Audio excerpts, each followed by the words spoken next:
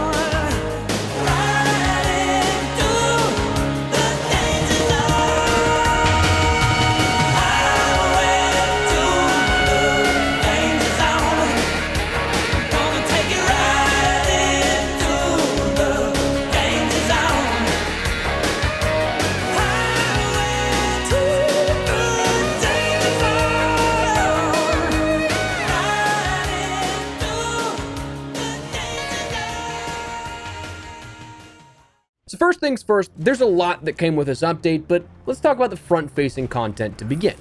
First, Wake Island. The classic makes a return, and in fitting format, with the season being themed around naval combat, this being a reimagination, not necessarily a one-to-one remaster. But known for the open combat lanes, momentum swinging across the entire island, and plenty of space to thrive whether you're infantry, vehicle, or aircraft focused, you've got room to play here on Wake Island.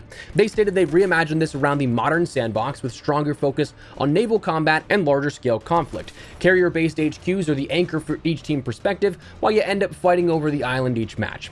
Built to either charge the beaches or defend or attack in boats, jets, or more, you'll have something to fit your playstyle in this one. Personally, big fan of this, not only just for the map returning in Battlefield 6, but also just the double down on the naval combat. As someone who wanted to see naval combat since launch, Suru Reef was a great introduction, a classic in Wake Island is a nice secondary, so I'm curious to see where we go from here in the future, and how we balance new map additions, and how quickly we'll get another map with a naval focus as well. All in all though, pleased to see this one return for Phase 2. You can check it out with the update here in this one. Carrier Strike and Fighter Sweep are now two modes we have specifically tailored for air combat and objective play, part of the Top Gun collaboration, but we'll get to that in a second. Carrier Strike, this sees you fighting to destroy the enemy carrier. You have to capture key sectors across the island, deploy vehicles, and then make way for the pilots to land their attacks deeper into enemy territory. What this actually looks like is after that 50% mark, after you end up depleting forces down and capturing enough flags, you can end up making your way over onto the actual carrier of the enemy squad. From there, you have to plant what ends up becoming 2 MCOM bombs and detonations, but you're in the heart of enemy territory. So if players are paying attention and not spawning out into the actual world itself, you're dealing with everybody spawning right on top of you at that point. So it gets to be chaotic, gets to be very hectic, but also if you catch teams off guard and they aren't really paying attention, you can end a match like right below the 50% mark of what that score normally will tell you. So it is just something you have to pay attention to, the audio cues that are mentioned by the in-game announcers, what you see on your HUD and everything like that, but a lot of fun once you end up getting into the chaos of all that kind of stuff.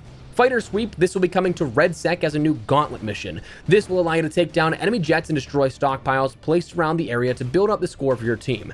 You can engage in dogfights, dive in on objectives, and or break away to relieve pressure for your squad and then regroup. This one I didn't get any hands-on for. I had some connection issues at the beginning of our session, so didn't get to play that one, unfortunately, but available with this update. Next, we've got some functional content beyond game modes, beyond maps. The new Interdictor Sniper Rifle is a new bolt-action sniper, and I mean, I haven't sniped in a while, but man, sniping in Battlefield is one of my favorite things. So give me another bolt action, the punch of a 50 cal, I'm absolutely there. It was an absolute ton of fun to play around with the Interdictor. It's got a really nice, just like beefy feel to it, so had a lot of fun with that one. Excited to get it out of the labs experience and to start progressing it on my own account. But beyond that, we also had new attachments of the canted vertical grip, which is said to be available for most LMGs, which provides moderate improvements to hip-fire accuracy and weapon draw speed. You can unlock the run and gun hip-fire playstyle with this that some veteran LMG users may prefer, but the grip has some serious benefits at, unfortunately, a sizable attachment point cost, but might be worth your while. Then we have the Hybrid Suppressor, which is a suppressor and a muzzle brake combination that's technically a set of 3 attachments with varying attachment point costs, but all provide some form of overall recoil reduction and spotting mitigation, both fully in-world and on the minimap as well. So again, a lot of different use cases here for this that it can be beneficial to end up utilizing that hybrid suppressor. We also have the new vehicles of the FA-81F Super Spectre and the F-74A Seacat, both being two new two-seat jets for you and your friend to joyride around the arenas of war with. And listen, I'm a terrible pilot, or was, and just haven't trusted my skills since, so admittedly any footage you may be seeing in this video is me as a passenger princess. But if you're a pilot or love jet play, check this out. I'd be very curious to know your opinion on these two new vehicles. We also will see a new point of interest in Fort Lyndon, which is USS Grant. It's a burning carrier that will feature higher level loot than standard POIs. So number one, it's worth checking out, and number two, because of that, it's going to be hotly contested, so keep your head on a swivel. For the first few weeks, it was mentioned they'll specifically have this designated as a high-value loot zone for quick association, but after that, it appears the loot will stay the same, but won't just have that quick recognition of the marker. We didn't get any specific hands-on with this in the build, unfortunately, but quite looking forward to checking out the chaos when this drops tomorrow. Now, that said, that's about all of what we see here outside of, well, additionally some extra sets of items in the battle pass, a new tier set of that, but other than that, we see a new collaboration with this. So with this update, we see the inclusion of Rooster, Bob, and Warlock from Top Gun Maverick as a part of the Top Gun collaboration. Pretty sure that I've heard somewhere that like Tom Cruise is really strict on his likeness and usage rights, so they likely didn't get him for that reason, but for me personally, I don't care too much for collabs, and I do think it's kind of a bit silly for them to have taken a shot at Call of Duty for their collabs in an earlier trailer before the game released, but in the grand scheme of collabs, I don't think there's much of a more on-brand collaboration you could have than ace pilots coming to a game whose seasonal update is focused on carrier additions and naval combat like this. Add in the inclusion of two new jets, and it's just slapping a sticker on an existing update, essentially, the way that I see it. So I think it's fair to feel any way you may about the commercialization of this and how they've handled this so far, but I also don't think that, to me personally at least, it's a big enough deal that I'm going to let it ruin the update for me. But this collaboration is kind of like the overarching theme of this Phase 2 update.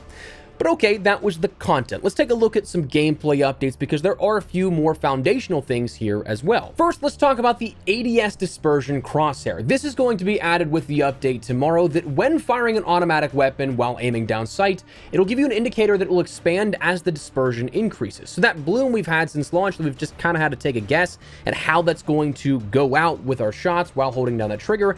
It's going to show your weapon becoming less accurate during sustained fire. It'll showcase even when movement is being reflected, helping you to better understand how your accuracy is being impacted by your weapon choice and how you interact with it. They said the goal is to give a player as clear a visual read on how dispersion works, especially as you practice burst control, movement, and weapon handling.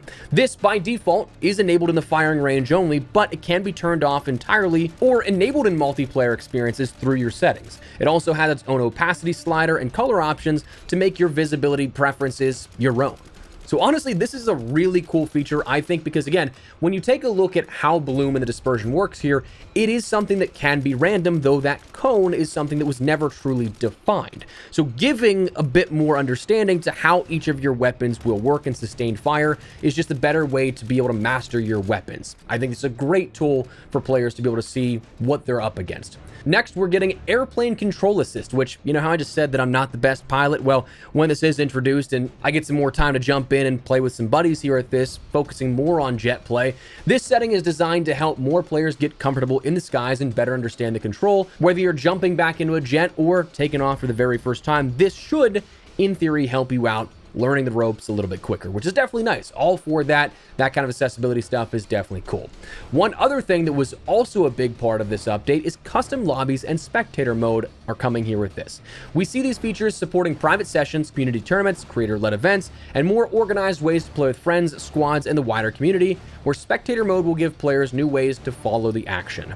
Now, they said initially the support will include Battle Royale quads and Conquest, with additional modes planned as the feature expands. So that's actually pretty cool, giving us a little bit more in the most played elements, but still rolling it out as we go along. Also, being able to see the games and perhaps watch back if you have somebody recording this kind of stuff would be very cool as well. So big fan of that and how this will actually be able to shape up and what we see once it makes its way to the live environments. They did mention the recent matchmaking and playlist updates that they've had that have kind of combined and consolidated a lot of the different options here at this, where they said they did this to improve matchmaking health, queue times and match quality across the most active modes to better align with strong activity while keeping flexibility through portal and custom search. This is something that they said they're reviewing and tracking the data to understand how these adjustments will affect the overall player base. That was said a little bit ago, but it still holds true. But here's the thing, with this kind of stuff, like, I mean, we are getting it soon, but server browser is something that has mitigated this in the past for years.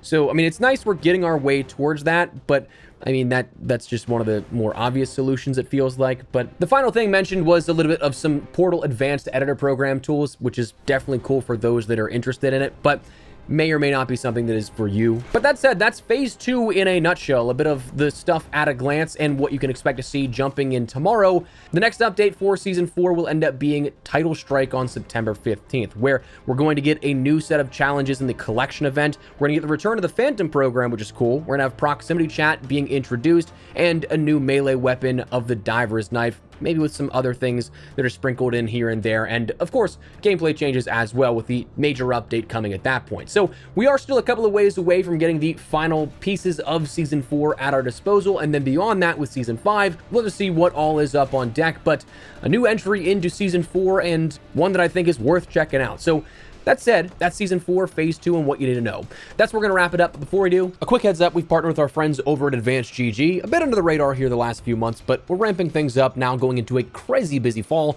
with multiple large game updates for games like Arc Raiders and future seasons of Battlefield 6, new launches in Modern Warfare 4 and GTA 6, and everything in between.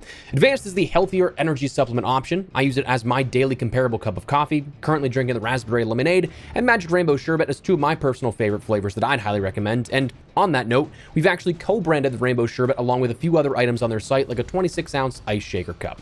But for real, I love this stuff, and if you're looking for a replacement for your own cups of coffee, give this a try, check it out, or grab a restock here before the craziness of all the games and updates coming later this fall. And if you decide to, code Espresso can get 10% off your entire order, but no pressure at all. I just appreciate you checking it out, and of course, checking out the video. But anyways, that's what we're gonna call it. So let me know your thoughts down below. What do you guys think of Season 4, Phase 2? Liking what we're seeing so far? Are you jumping in? Let me know. If you guys enjoyed the video, you found it at all insightful, do me a favor and drop a like on it. Of course, if you are new to the channel, make sure you subscribe so you don't miss a single thing regarding all things Battlefield 6 and plenty more FPS content. We've got a very busy fall upcoming that I'd love to have in the community for. But for now, thanks so much for watching. Mine has been Espresso. I'll see you later. Take care and peace.